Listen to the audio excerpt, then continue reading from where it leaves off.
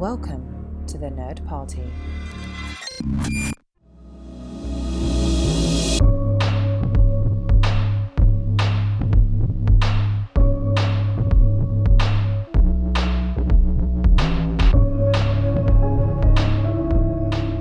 Hello, everybody at home, and welcome to Houselights, House of Reiner, specifically Rob Reiner. And tonight we are going to be talking about The Sure Thing, coming out in 1985, written by Steve Bloom and Jonathan Roberts, starring John Cusack, Daphne Zuniga, and Anthony Edwards. Tonight, oh my gosh, tonight, the only sure thing tonight is that you guys are going to have a good time just as much as we are.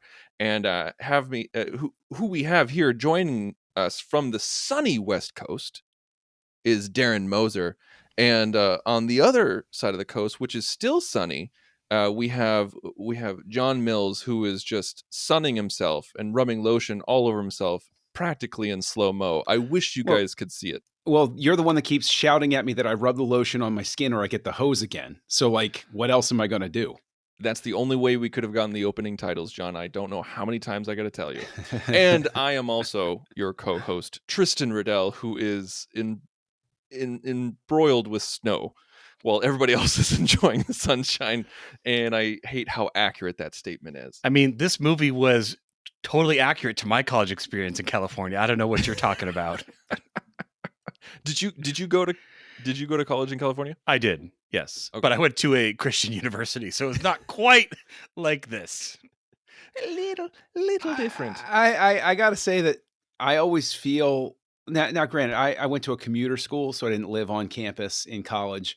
But I always look at these college movies and I'm like, was it really like that? I knew people who lived in dorms and it didn't seem that fun. I mean, But hey, imagine what do the I same know? dorms, but it's all Halo and Counter-Strike. That's what it was. That's college. That is college. Yep. I mean, at least All from I also went to a Christian university, but we had wind and snow as opposed to your weather. No. It's the white stuff that ruins your hopes and dreams. Oh, okay. Just like Tristan Riddell. I thought you were going to make a cocaine joke since we were talking about the 80s movies. No, cocaine helps. So this movie Just is ask our Rick college James. experience coming from east to west. I mean, I didn't see the connection before, but it's there. And I'm smack dab in the middle. And also what is smack dab in the middle of your ears is the Nerd Party's content. So you should go to thenerdparty.com, check out all of our different kinds of shows. We got something for everyone. We got a Harry Potter show. We got a Doctor Who show. We got Star Wars. We got Star Trek. We got this show. You need nothing else. So go to thenerdparty.com. You can find us on Facebook, Instagram, Twitter. Just search The Nerd Party. If you're on Twitter, go at Join Nerd Party. Now, John, where can we find you on Twitter? Look for me as Kessel Junkie. You should be able to spell it if you're a nerd like we are. Mr. Moser. On Twitter, they can find me at Dr. Sci-Fi, DRSCIFI. So let's go ahead and kick it 80s style. So Yes. John Cusack was 17 in this movie I believe it. and very much looked it. Yes. Yes, And he did. needed a permission slip from his parents in order to film on location. Was it a permission slip? I read that he had to sue for emancipation, in an amicable way or something like that. Oh, He had to wow. get legally man. emancipated or something. I didn't hear any of that. All I read was that he needed permission from his parents. I didn't read Well, anything no, about but I mean, emancipation. whatever the amicable version of that. It wasn't like a Britney Spears thing, but he had to get legally emancipated so that they weren't his guardians anymore. Because he had to go, basically work, adult hours. Technically, he wasn't allowed to work the hours that I mean, according to Wikipedia, which is always right, it does say Yeah. that they had to go to court to have him emancipated. I think like you're saying, John, it was amicable. It was just more of the legal technicality to allow him to legally be able to work. But That's interesting. That's Yeah, I did really not know that. interesting. All right. So yeah. The John, producer were you- became his guardian. That's so conflict of interest, but okay. Only slight. Hey, that's how they did the Little Rascals. True. Eesh. Yeah. John, were you 17 when you saw this? How No, old were you? no, I was this years old, and I had never seen this before. I don't think any of us have seen it. I gotta say, in the 80s, I was a wee lad, and this wasn't really my thing. these sex comedies weren't really my age demographic. I was more in the Transformers mindset, and GI Joe the movie is more my speed around this time, and Robotech, especially Robotech. Okay, so Uh, this was our first time seeing it all around, right? So all three of us, this is the only time that we've seen it. Yes, And so you brought up sex comedy. I want to talk about that. Would you call this a sex comedy? Would you call it a comedy with sex? Would you call it a sex comedy? Would you call it a raunchy comedy? What would you define this movie I as? would struggle to call it a comedy, honestly. Heyo, Hey, early views on our ratings. So, yeah. as I was watching this one, I was getting frustrated. Since the cat's out of the bag for you, I also was getting frustrated while watching this because I kept trying to think, what is this movie trying to be? What is this movie trying to do? Is it a raunchy comedy like Porgies or American Pie? Or is it a comedy that just has some sexual overtones to it? And it was so confusing to me because it wouldn't pick a direction. And there was one moment, I actually was reading some of the behind the scenes stuff, and I think like some producer wanted to add something, and Rob Reiner said, "This is a movie for kids. We can't include that." And I'm like, Mm. "What the heck?" There was an actress who was going to play a stripper, but then they changed Yes. that scene so that she was a waitress And I'm like, because "Really, yeah. that's where you draw the line? That's where you draw the line?" We literally see a woman with her legs in the air getting pounded, and then we see, like, a dude's butt through the window, and then, like, I mean, you don't see anything, but, like, she flashes the guy who moons her. Like, we see 5 minutes of Nicolette Sheridan rubbing oil on herself as the opening titles, but no, having someone be not even strip, just be a stripper, that's too much. Well, I think that what Reiner probably meant at the time, not that Rob and I aren't really on speaking terms right now, but I get I it.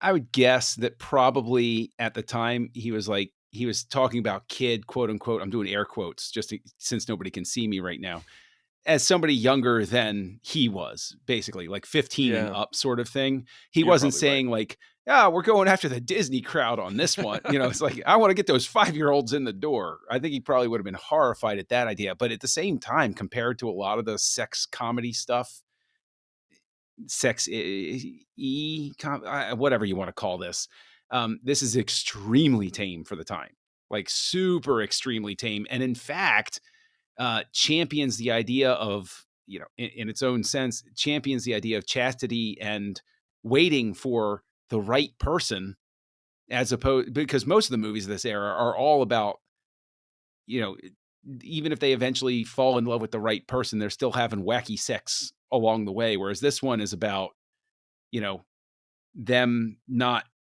indulging with each other and going along and relating to each other as humans and stuff like that. And then him not doing the thing at the end, like it's sort of a reversal for the time. Doesn't mean that I'm sitting here like, and therefore it's great cinema. I'm not saying that, but I get what they're trying to do here. Yeah, for me, I didn't get what they were.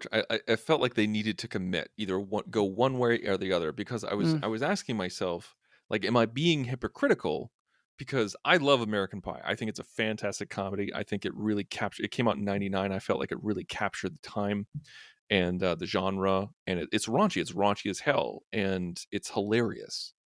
With this one, I was like, "Am I being hypocritical? Because this is nowhere near as raunchy as American Pie, but yet I'm offended at some of the stuff that they do in the movie because it felt out of place." I think that's where it was kind of coming at me. Darren, explain what was out of wh- place. well, the sex stuff, like Nicolette Sheridan oiling herself at the beginning, I'm like, sets the absolute wrong tone. Him seeing his roommate, um, like going to town on some girl, No, um, okay, that's a good point. like just like all that stuff, like like the stories that were written about, like like him writing about his equipment and everything like that. It just if you were gonna go for a romantic comedy, go for a romantic comedy. Hmm. Don't interject awkward things into it. Now, if you're gonna do a sex comedy, do a sex comedy. Commit. hmm. I get what you're saying. I get what you're Yeah. saying. I think I feel the same way. Because after the movie, I was like, and why was this movie called The Sure Thing? Because that's barely the plot. It's almost a footnote. Like, yes, you could say it's the inciting incident, but yeah, it feels more like he started writing a romantic comedy of, the not star-crossed lover, this is the wrong term, but like, the guy and girl who don't like each other, who end up liking each other, and they go on a long road trip. And then It because happened one night. yeah, and then because sex sells, they're like, well, we can't just tell that story. Our kids won't come see it. So we're going to call it The Sure Thing, and we're going to insert these scenes that are going to all end up in the trailer so that the kids will come and watch it. But honestly, yeah, it is weird because at its core, the actual story is a decent story, but it does feel really jarring when you then jump to these. Yeah, it's like, what is it trying to be? I think it could do fine on its own as a romantic comedy. Would that put butts in the seat? I don't know. I'm not a producer in 1985, but probably not, which is probably why they added the bits they did. I think that the gag I was going to go for in the beginning was I would be very interested to see us pull an hour of material out of this, because there was barely an hour of material in the movie, and it's if anything, I think this highlights the shortcomings of Reiner that are still, as a director. This is what I would have expected from his first film. I honestly think this is Spinal Tap as a fluke, because let's be honest, especially in retrospect, Christopher Guest is some kind of mad genius with that stuff. Reiner's cast in This Is Spinal Tap is all A-list talent. They might not have been A-list at the time the movie was going, but these are people who went on to have careers that were phenomenally successful because of the talent that they brought to the screen. This feels like a first film from somebody who comes from TV. It's lit like TV. The sets look like TV. The writing and the performances feel like TV. This honestly feels like what would have been in a normal world his first movie. And This Is Spinal Tap is this bizarre fluke that comes out of left field. And then this one comes along, much more what I would have expected. And then this one winds up being more financially successful. So nuts to me. I don't know what the hell He had I'm his talking art about. film first and then his Yeah. stable film. Yeah, and maybe Spinal Tap gets that, extra pass because it at the time, the mockumentary, I mean, this is just a statement. I don't know if it's true, but it feels like that wasn't really a thing or as much of a thing as it is now. So it was kind of, well, we don't know what this is. So we're going to see, like you said, that kind of lends itself to the flukeness of it's a great mockumentary as it defines what that is at the time. So it kind of can do whatever it wants. It's the first one. May not be the first one. Please don't check me internet, but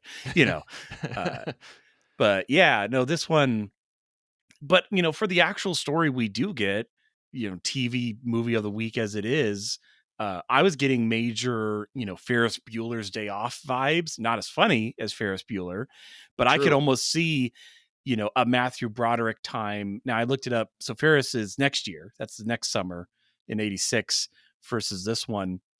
But yeah, it's, I mean, John Cusack, one, he looks, I mean, like we all said, super young in this, very, very young. But yeah, it just falls into that. What does it want to be? Because like Ferris, he's the super confident, I'm kind of Breakfast Club-ish. I'm gonna be outspoken and do my thing, and you already love me. You just don't know it. And it's like, yeah, but does she? But you're kind of being a jerk, and I don't know. Again, it's kind of all over the map as they travel Yeah, across the map. it And the is. characterizations are all over Yeah. the map too. I feel like there's a lot of character moments that may be funny, but at the same time, you're like, would that character do that at that point in time? Like, would Yeah, Gib do that at that moment? Would Allison do that at that moment? I think like what really kind of turned me off was when Allison, who we've seen as completely buttoned up for this entire time, all of a sudden strips off her shirt and flashes the guys in the other car. Was it a funny moment? Kinda. But if it was a different character, it would have been even funnier. if it had because happened later, it might have made more sense. Like, yeah, I don't feel she was there yet. Yes, exactly right. If it had happened later Wait, after say it they'd again, gone John. Say it through, again. wow, is it that rare for me to agree with you? No, it's not. I'm just teasing he you. just wants to suck it in. No. No, it's fair enough. No, like after they'd gone through everything, even after the rainstorm, it would have made sense for her just to go absolutely off the deep end like that. That's a natural character Right. progression. And Yeah, like Tristan, he you were says, talking about that point too, where it's like, would they do this now? I don't know. You know? yeah, like you said with the rainstorm, John, it's like if at that moment he says, "Oh man, this must be, messing up with your planner because you weren't accounting for the rain." And she's like, "Accounting for the rain, like I'm more spontaneous than you believe." And then she does something crazy. Like, again, this is Mhm. Like this is that as that's good as the dialogue that was in the movie, so I'm not apologizing for it. But like that's how they get the trucker to stop and pick them up. right, Yeah. Like that kind of thing, like they did in Euro Trip or whatever. But yeah, exactly. And see, this movie is filled with a lot of funny moments. Like there are several Hmm. moments where I laughed, Hmm. but it's not a cohesive collection. Like it didn't feel like they earned those moments. Like there was, I think there was one, the two moments come to mind where I was just like, okay, that's funny. And this is going to start off in rough territory, only folks, but two. But no, I'm just yeah, kidding. yeah. But like so after the attempted rape, everybody laughed when when Gib gets into the car and just starts acting crazy. Like I thought that was hilarious because another guy or another character would have come in and tried to make a physical altercation, but he's smart enough to know he has no idea if this guy has a gun. He has no idea what this guy is capable of. He doesn't want to get her hurt, and so he Eh. goes a little crazy. I just thought it was a good performance from Gib. It's a fun performance from Cusack in that moment, but the entire scene is undone by how you mentioned how it starts. Yeah, You can it's have the old horrible. guy just start hitting on her and making her uncomfortable, and him being like, even not saying it's good, but like have him like start, being like Dennis from Always Sunny in Philadelphia, where he's just a sleazeball. And he's like, "Well, you want to get a ride, don't you?" It's like, "Well, are you trying to proposition me?" No, no, I'm just Yeah, saying you want, like have it be because something of the like that. Like the implication. cab Because right, driver in Planes, Trains, and Automobiles. That kind of a something, guy. Yeah. yes, like Doobie's Taxiola. Whereas I can't imagine anybody watched that scene in 1985 and was like, "Ha ha ha ha ha!" Like, there's Yeah, nothing funny about that. There's nothing, and it speaks to, again, I think Reiner being so young and so new to directing, he can put his foot down about whether there's a stripper in the movie, but then this scene he doesn't say, it seems to me that maybe this scene should play differently. oh yeah, maybe yeah, like we can't have a stripper in there, but attempted rape, a-okay. Yeah, this there So long as it ends with a joke, it's yeah, okay. It's like, yeah, no, it's just not funny at all. It really and isn't. that's what sucks is because I think that moment is funny, the Cusack moment when Cusack is Yeah. coming in. But I hate that I like one of the few moments when I find this movie actually funny is preceded by something god awful and horrible that doesn't belong in there. Mhm. And um and then the second time that made me laugh was when she found her credit card and she said, "Well, my dad said it was only for emergencies." And he's like, "Well, maybe we can wait for one to come up." Yeah. Well, in that scene too, I mean, I think Cusack and Saniga have just like a natural screen presence, and even just a few lines earlier in that, when the trailer is locked, he goes, "Oh yeah, good, a lock, yeah, security's important in the middle of nowhere like this with your trailer." Um, I honestly, I have to ask the question because you're like, there are scenes that made me laugh, like quantify, qualify, rate your laugh on a scale Oh, of ha to ha ha ha ha ha.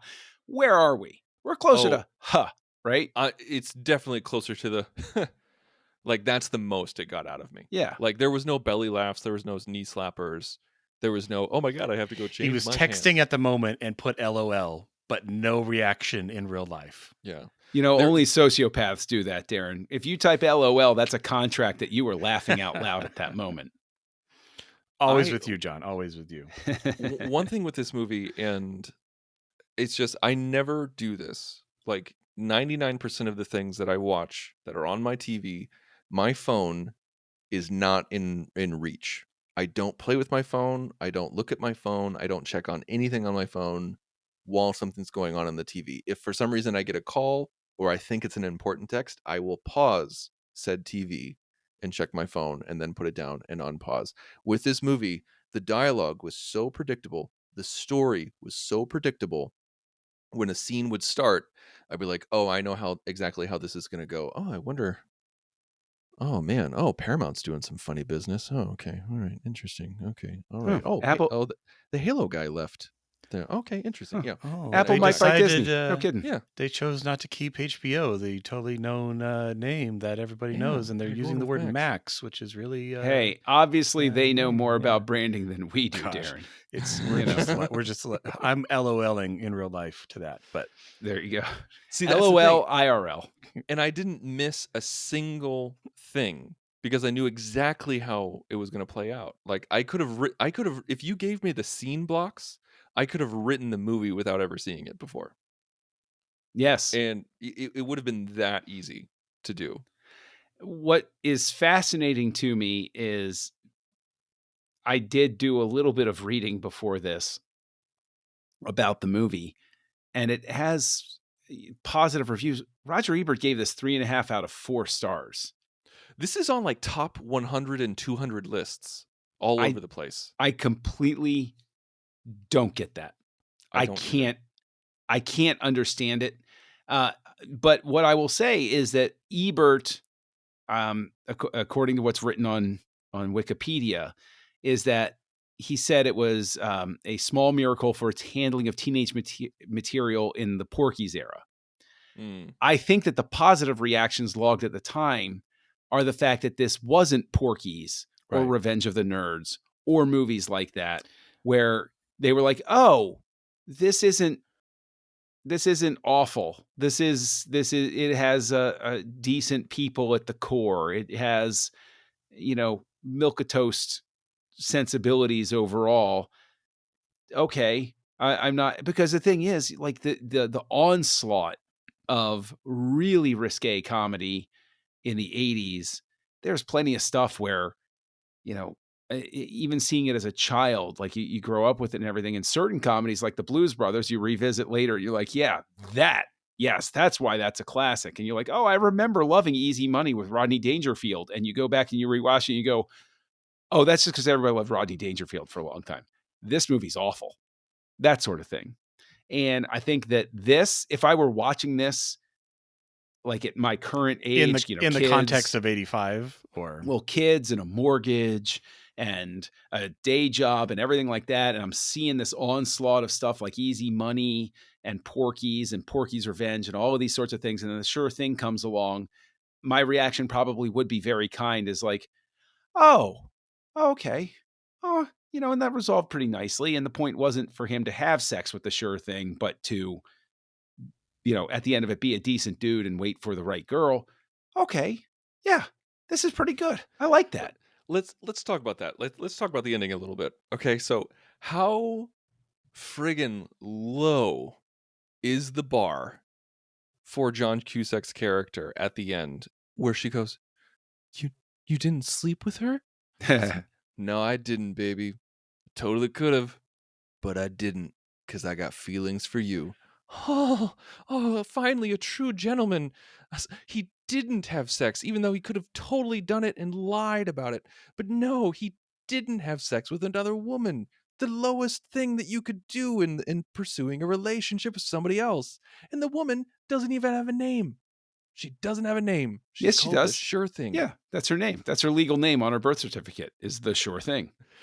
Like, that in itself has aged poorly. So much of this movie is aged poorly, and that's one of them, where like this character is called the Sure Thing.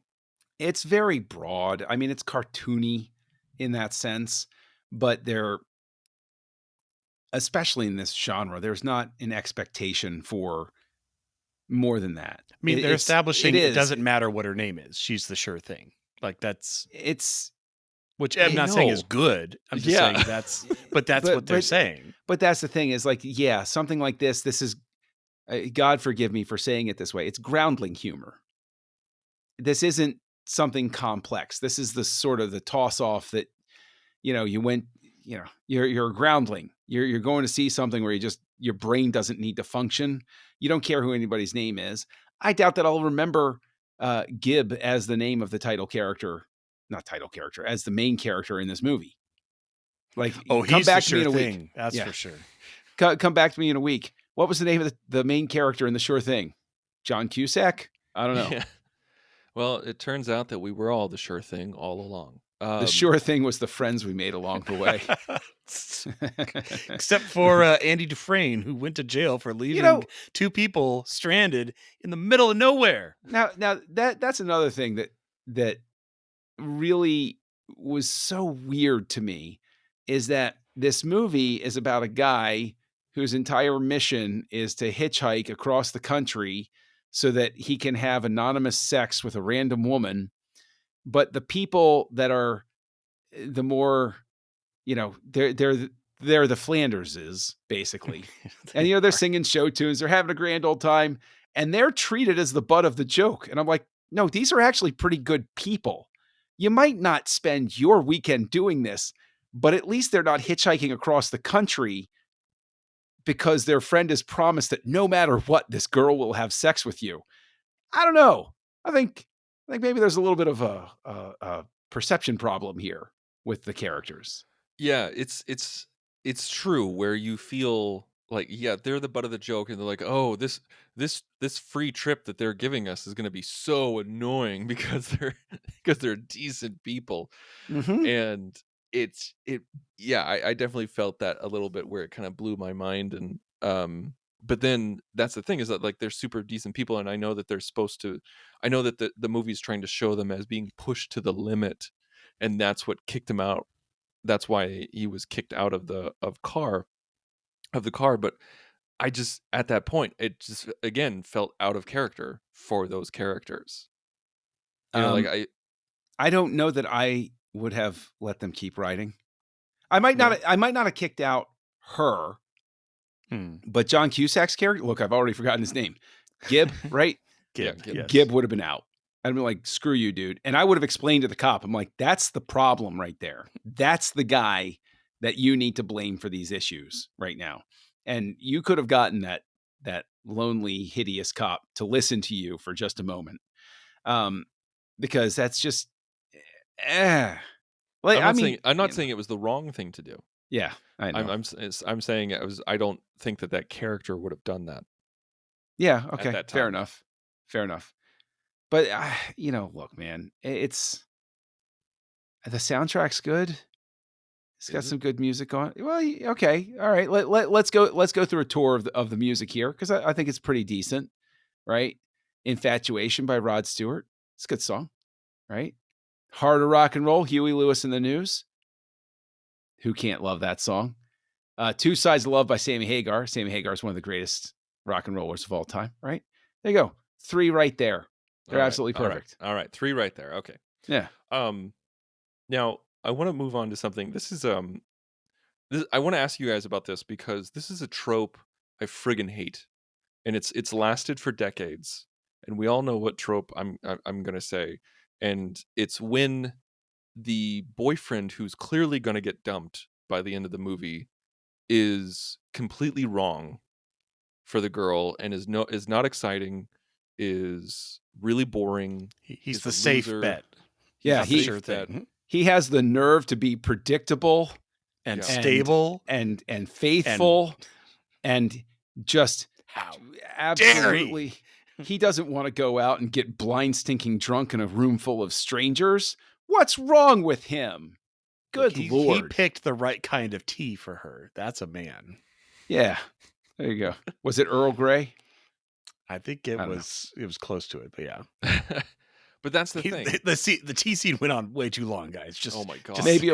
Maybe just a little, Darren. Maybe just a little. But the movie shows us this character as a loser. This movie shows us the In the character one as, scene we really see him in. yeah, Mhm. it's just like, oh, he's gonna get left because he's the total opposite of Gib, and we're supposed to like Gib. And he's the protagonist, and so we're supposed to like the protagonist. I hate that trope, and I'm trying to think, like, okay, in 1985, is this a trope at this time? Like, do you guys have any opinions on that? Mhm. Should I give it some slack for that trope? No. Or should I? No? Okay. No. Everybody was tired of it by this point. The only purpose of this character is, like you're saying, to elevate Gib in some way. So that we can be like, "Oh, look at that square. He'd never get on a cross-country trip to go sleep with someone he's never met. Ha, what a nerd." Like, that's seriously. Like, Yeah. the whole purpose of the character is just to get dumped, and it's like he didn't even need to exist. She could have been going out for any reason whatsoever Yeah. to see her grandmother, right? And then you could add Little Red Riding Hood jokes through the entire movie, which probably would have been better than half the material we got. But no, she had, like, but honestly, I don't think an 18-year-old should have been dating a 45-year-old like Jason. You know, like, I just think that's wrong. He was only 45 at heart. Oh, Okay. okay. Oh, excuse me. He wasn't 45 in real life. I don't think he was. I think they definitely dressed him up as if he were, significantly older, but he I was looked it older. up. I He looked was it up, older. and he was like 10 or 12 years older than Yeah. Oh, I Daphne buy that. Zuniga. Well, here's the thing. Like, So it's like who Lolita. is the foil in this movie? Like, there's, again, not No that I one. want to keep comparing to Ferris Bueller's because it's a far No, better I movie, think- but in Ferris Bueller's, like, the principal is the foil. Like, and granted, this is a different kind of movie. I'm not saying it has to be a 1-for-1, but, like, yeah, Jason is not. He's not the bad guy. He's just there. Like, he's not. Well, He's just a This contrast. is a road movie. True. This is a road movie. Like, Man so, like, versus nature or whatever. yeah, you like call it. your foil is either time or circumstance or the crazy crap that they get into. I mean, this format has been used. It Happened One Night has been remade so many different times, and this is just another veneer of It Happened One Night. Far better movie than this, but yes. Well, I've never seen it happen so It's amazing. judge It's really me, good. judge Really me all good. that you want to. I've heard great things about it.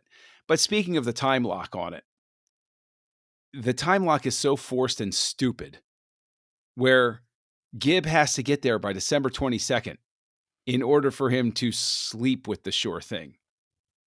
And I was never quite clear. 'Cause Was she she's getting on a leaving the flight? next day? Did she Like, decide she'd done her wilding long enough by that point?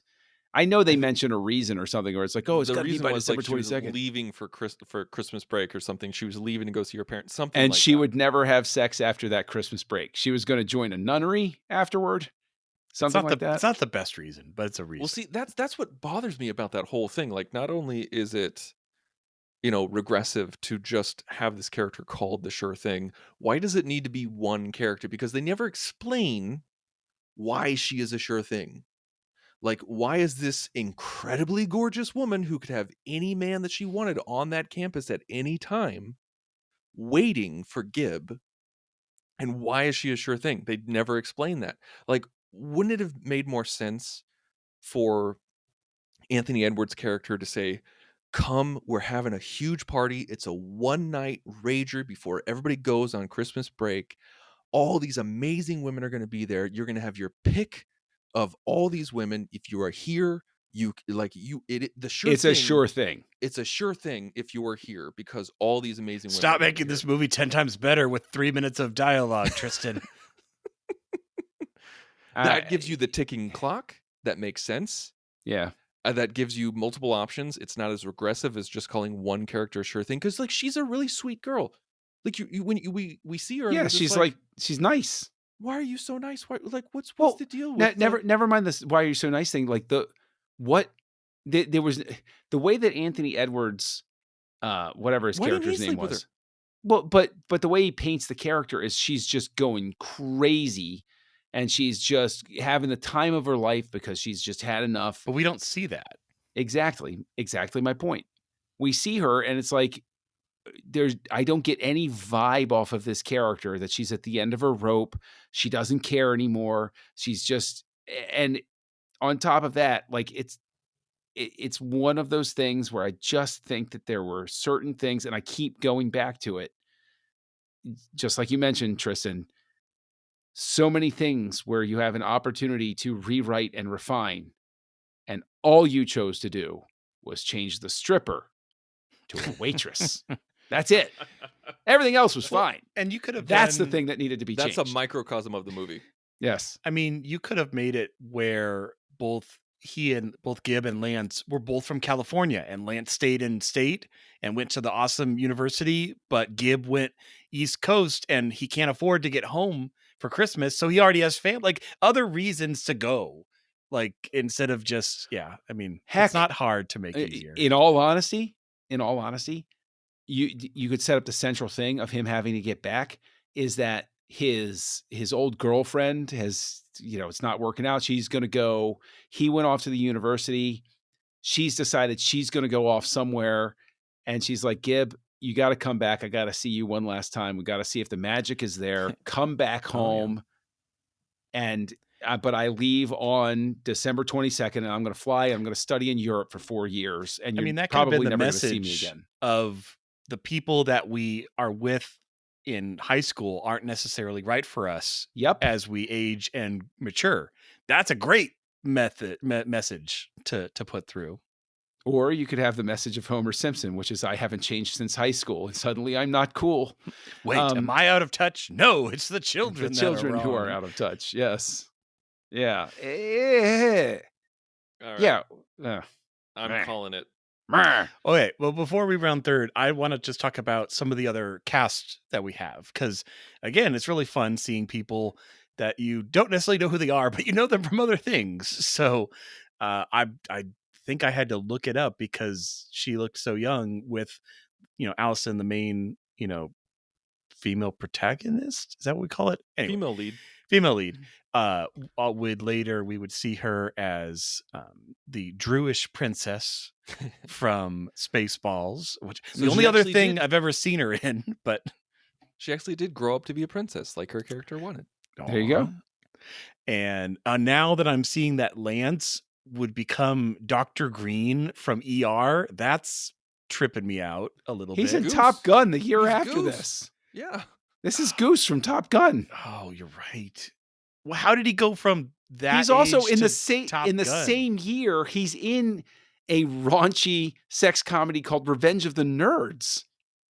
Like, Anthony Edwards had a hell of a career in the 80s and into the 90s. And by the way, Daphne Zuniga wasn't just Princess Vespa. She was also on Melrose Place. Oh, yeah, that's true. Yeah. But last but not least, we also have the Professor Taub, before she discovered the Stargate as Catherine in Stargate. Now, Taryn, you the and only I were thing I talking knew her off from. camera. Yeah, we were talking off camera or off mic about how like her first movie was in 1940, and she's been acting ever since. And yet, the only thing that you and I know her from is Stargate. Her second to last film at the very end. But hey, that's all right. But yeah, there's Sarah Buxton is in this, Tracy Reiner, and we talked about Tim Robbins, and it's just like, yeah, there's a lot of people that like you're watching this and you're just like, oh, I know them.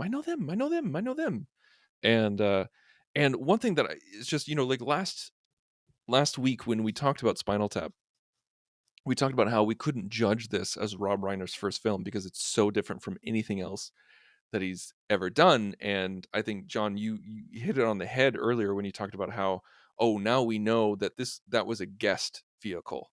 Mm-hmm. Like Christopher Guest and everybody else, like Rob Reiner probably was just a workman, and Guest and everybody else, like that's where the movie is. Guest just wasn't comfortable being a director at that point. He needed somebody to be running the camera. And with this one, I buy that. This is, as you said, like this is very much feels like a TV film. Like this is a TV movie. Like I just want to reiterate everything you said, because I think you just absolutely nailed this picture. Is that it's a TV movie with some sex thrown in. It's lit like a TV movie. It's performed like one. It's shot like one. it's just the script was probably written in like a couple of weeks, and Now, because see, they had to hit the deadline. yeah, but keep in mind, like every time we say, like, "Oh, the script was written in a couple of weeks," yeah, so was Star Trek 2. So, So like, was Rocky, yeah. yeah, no accounting for results, I guess. Yeah, it's true. It's true. It's a generalization. It's a bad one, but it's a generalization. And it's just, yeah, but this is beloved. Like, a lot of people like this. This is ranked really high. We have no idea.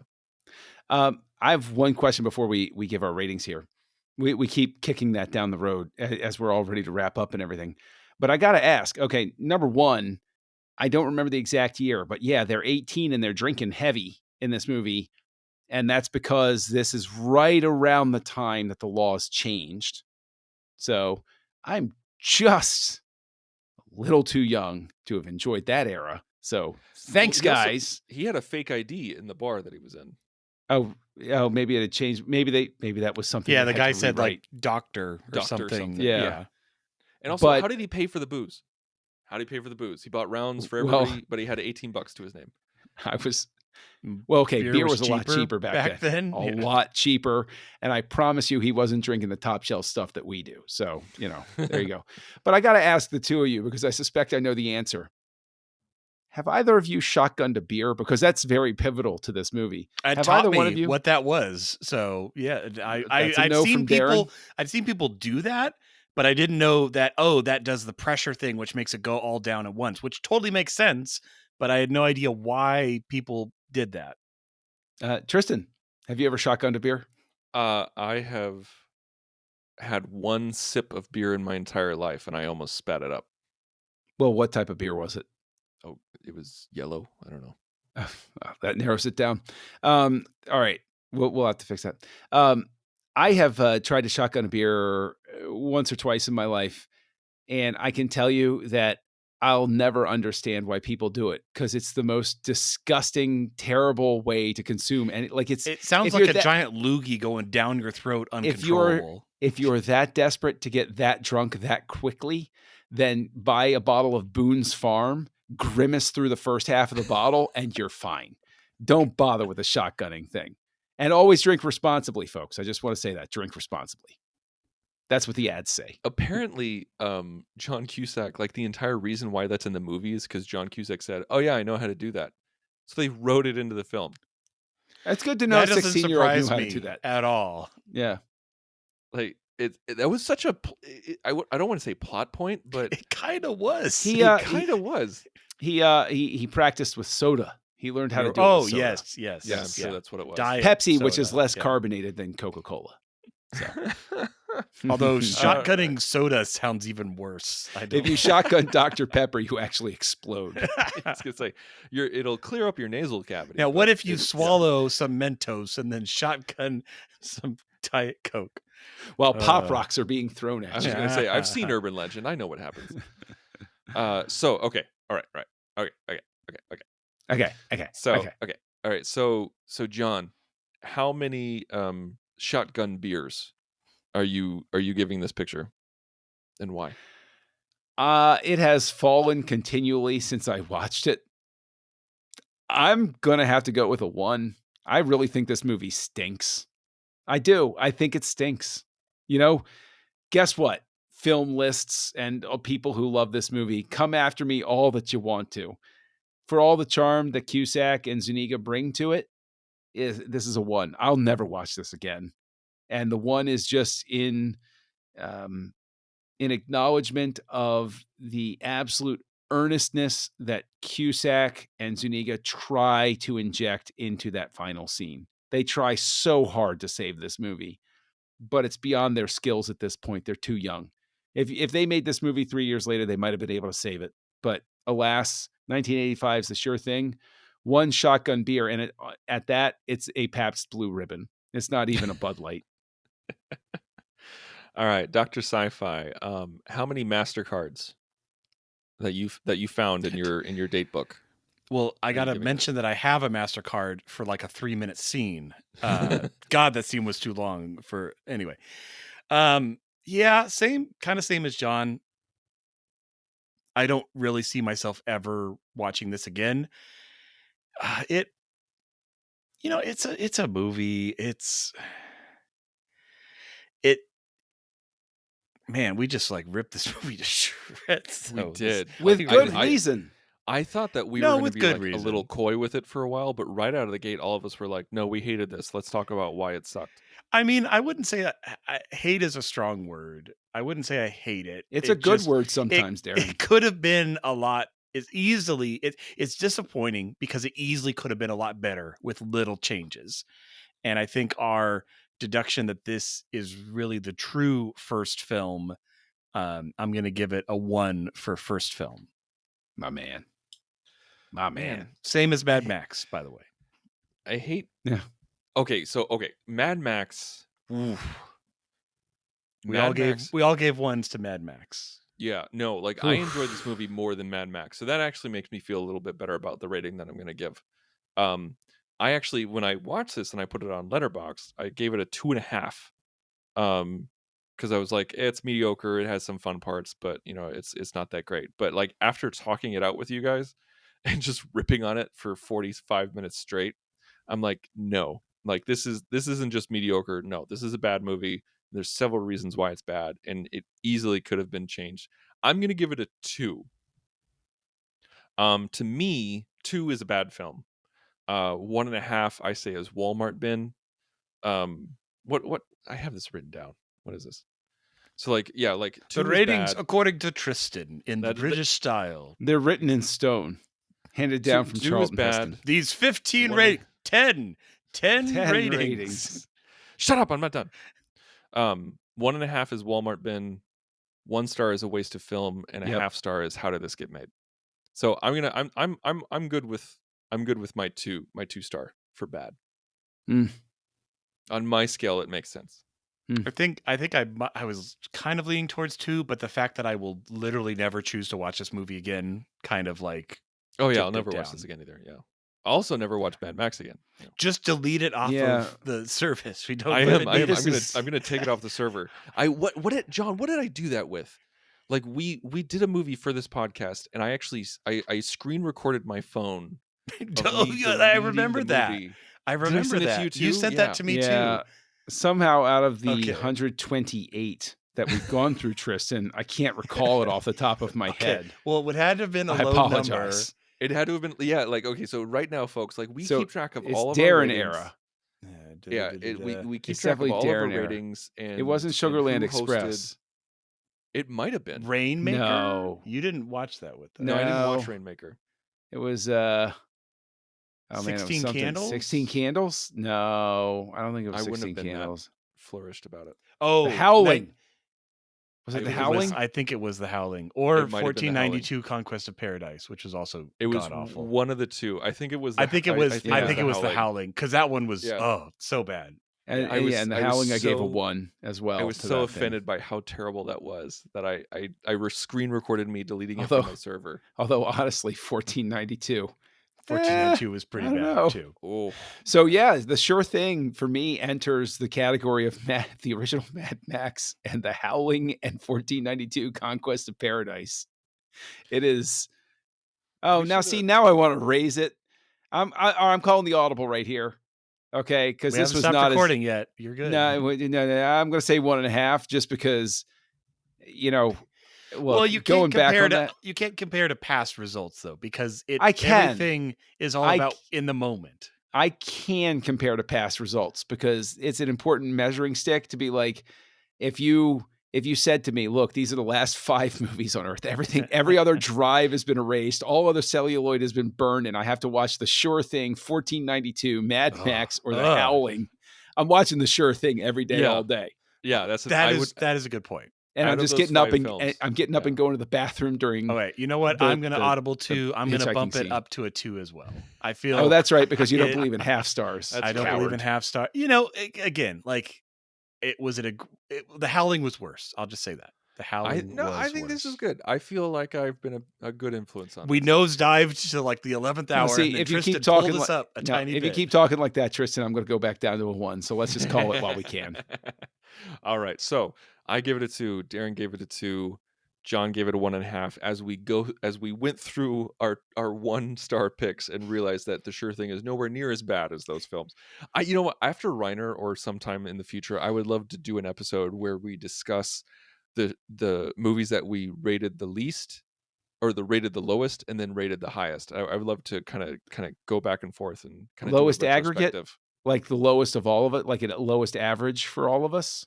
Because like Last Action Hero, you gave a 3.5. I gave a 1. You mean Darren like gave a between? 2. That's a good question, John. Like individually or between the three of us? Like did we Or all are we hate overthinking it? I mean, you could be crapping on my idea that I just haven't really formed. We're yet. refining your we're idea. We're brainstorming. This is back of house stuff, guys. You're listening to it live. You're listening to the magic live here on Houselights. This you guys should be thanking us that you're listening to this instead of us continuing The Sure Thing. Yes. Yeah. You know what? This happens to us whenever we hit one that we don't like. Like we wind up talking about. We want to talk about else. anything else but that Yeah. movie. All right. Okay. So, John, what are we doing next week? Oh, next week we're going with the first dramatic, I think, Stephen King adaptation when Rob Reiner brought to screen Stand By Me, starring a pre-Wesley Crusher, Will Wheaton. Join the revolution. Join the Nerd Party.